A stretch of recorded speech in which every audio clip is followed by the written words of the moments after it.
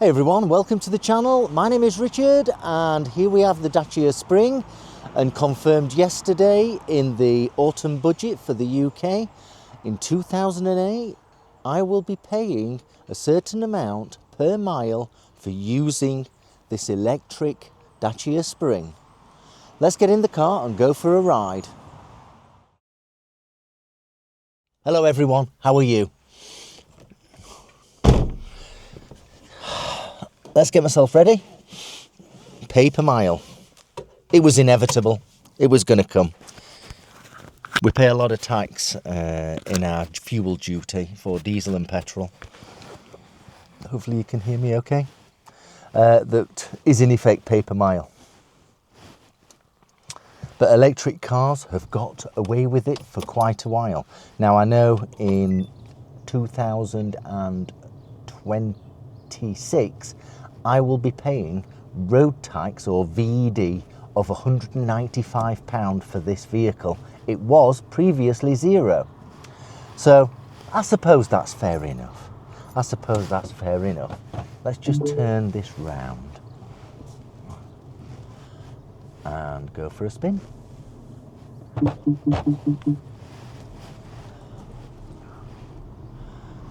So, pay per mile, that is the equivalent of the tax that's currently on petrol, or a certain portion of tax that's on the petrol that is pay per mile. Petrol and diesel. What's this guy doing? There we are. There we go. So we pay per mile anyway for our petrol and diesel to some greater or lesser degree, and where that money goes and how the government spend it is beyond our control, I guess. It's just beyond our control. But in 2028, did I say 2008 earlier? Maybe not. 2028, there will be a system where electric cars will have to pay per mile duty, and that then sort of recovers some or part of the revenue lost from the reduced demand in petrol and diesel across the UK. I sort of understand it. They're suggesting at this moment in time, bearing in mind this is the beginning of December. Christmas soon, wow. So at the beginning of December, they're suggesting it's going to be 3 pence a mile. So if this car does 12,000 miles per year, it's going to be around £360 pay per mile that I'm going to have to pay. That's assuming it's at 3 pence per mile. Now we've got another 2 years to go before we actually implement it. And how would we implement it? So the 3 pence per mile may go up, it may go up. So let's suck it and see on that one. Let's not hold on to it. So in effect, if you do 12,000 miles at 3 pence per mile, it's going to be an extra £360 you're going to have to pay out of your wallet for driving the vehicle. If you only do 6,000 miles, it's 360 divided by 2, which is 180, correct me if I'm wrong, £180. So it's relative. You know, if you just go to Tesco 2 times a week in your electric car and you only do 2,000 miles, it's going to be what it is. It is going to be what it is. Will they give you the first 1,000 or 2,000 miles for free? Not sure. I doubt it. I very much doubt it. However, let's suck it and see on that one. The details over the next 2 years will come out. So in the worst scenario, 12,000 miles, £360. That's how much you're going to pay. So that's £36 a month on a 10-month year. Just to keep things simple, maybe £30 on a 12-month year. So Yeah, let's keep things simple. I think it's fair enough. We pay tax through petrol and diesel for the same thing, and we're not paying it for electric vehicles. I think it's fair enough, understanding the state of the economy and how tax revenue has been decreased through the advent of EV cars. I appreciate that. From an economics perspective, what do you think? Is it influencing your choice of going to buy or to lease or PCP an EV car? I suppose if it's a company car, it's irrelevant because the company will pay the pay per mile. It's absolutely irrelevant. So how are they going to do it? Well, you could have an MOT every year and someone takes the mileage.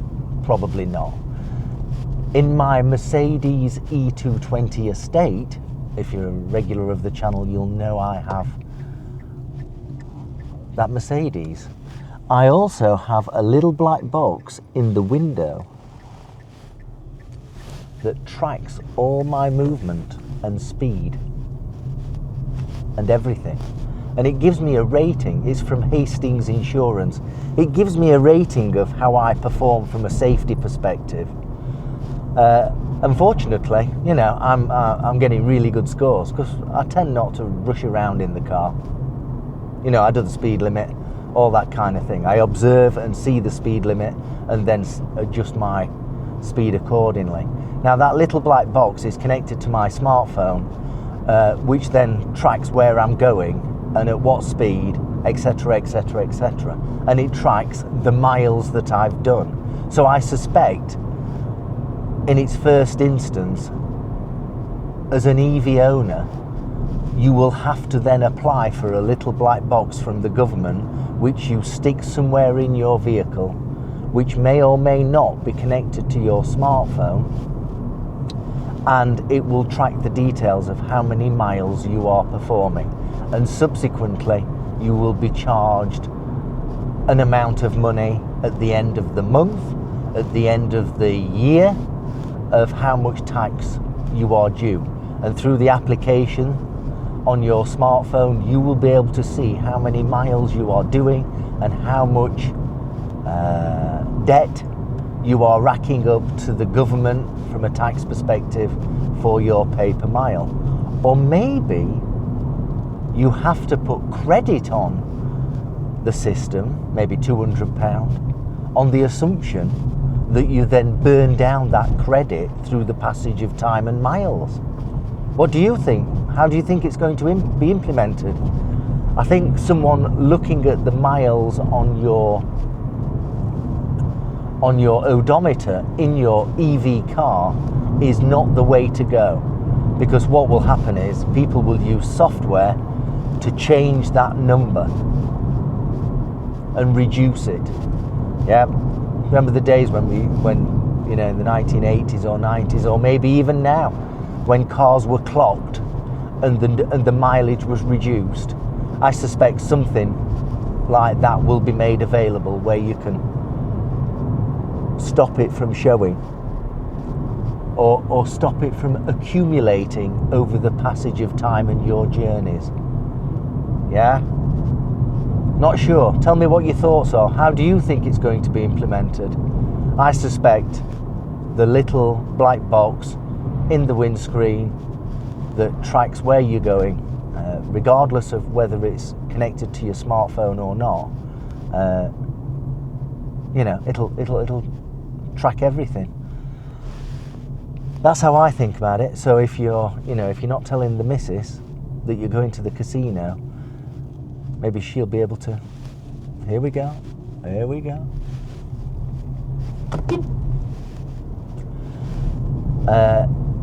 She'll be able to see you've popped into the casino, or gone to the Chinese takeaway, or whatever.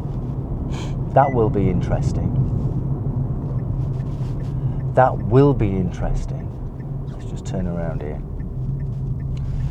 So let's talk about bigger pictures of the budget. It was a terrible budget. Rachel Reeves, is absolutely useless, and her advisors are absolutely useless. There was nothing in that budget that will generate business or investment into the UK. So, in the advent of rising minimum wage, which is generally speaking a good thing, in the advent of rising wage, which will be a legal requirement, that means instead of employing 6 people in your business at the minimum wage, maybe it's going to be a case that based on demand or whatever, that you're going to have to reduce it to 4 people because you can't afford that additional cost in your pay line. What do you think? What do you think? I saw nothing in the budget that would encourage investment in the UK. I suspect unemployment will continue to rise. Fiscal drag. This is my bear bug. Fiscal drag has been locked in, and the Conservative government were just as bad since 2021. Correct me if I'm wrong. 2021. So the thresholds within the income tax system have remained the same since 2021. And Rachel Reeves confirmed yesterday that they are locking the thresholds, so there's going to be no changes until 2031. 10 years of fiscal drag. My goodness, that means as your pay goes up over the next 5 years, you're just going to pay more tax. You will pay more tax. There are mutterings that regarding child benefits, maximum you can claim at the moment is 2 children. That's now been removed, and there are mutterings that there will be people out there that will be eligible for an additional £14,000 per year. Whoever calculates this must be an idiot. Let's assume it is £14,000, and let's assume that the 3rd child and beyond is paid at £18 per week. From my calculations, that must mean that beyond the first 2 children that you're already paid for, beyond the first 2 children, you have an additional 11 children, 13 children in total. 13 children. Do you know anyone with 13 children? I don't know where these people on YouTube get their calculations from. You know, they're saying that everybody's going to get £14,000 a year. That equates to 13 total children. They're absolutely stupid. However, I'm not saying I agree with child benefit or I do agree with that. I'm not saying that. But wouldn't it be smarter to, instead of giving out child benefit, to give the opportunity to the parents to get a reasonable paid job so that they can afford the children? It's almost like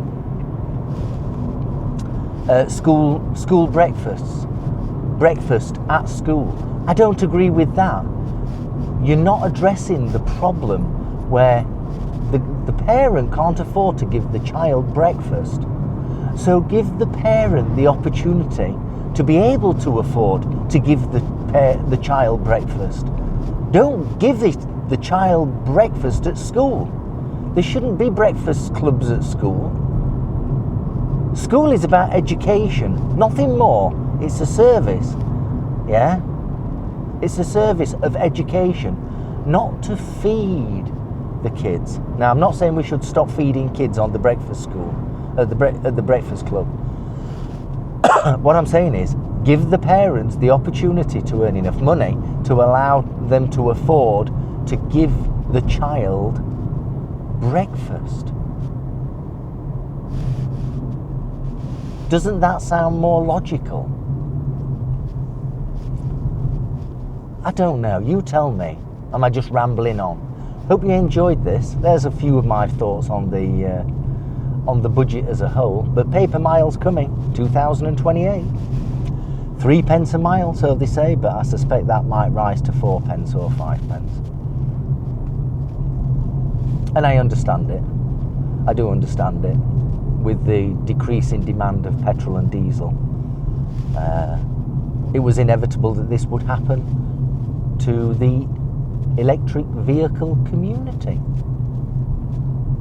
There you go. Hope you enjoyed the video as I go home for breakfast. And let's see where it goes. Tell me your thoughts. See you soon. Drive and ride safely. And Christmas is coming. It's now December. Can I say Merry Christmas? I guess I can. Merry Christmas. Merry Christmas, December 2025. As I say,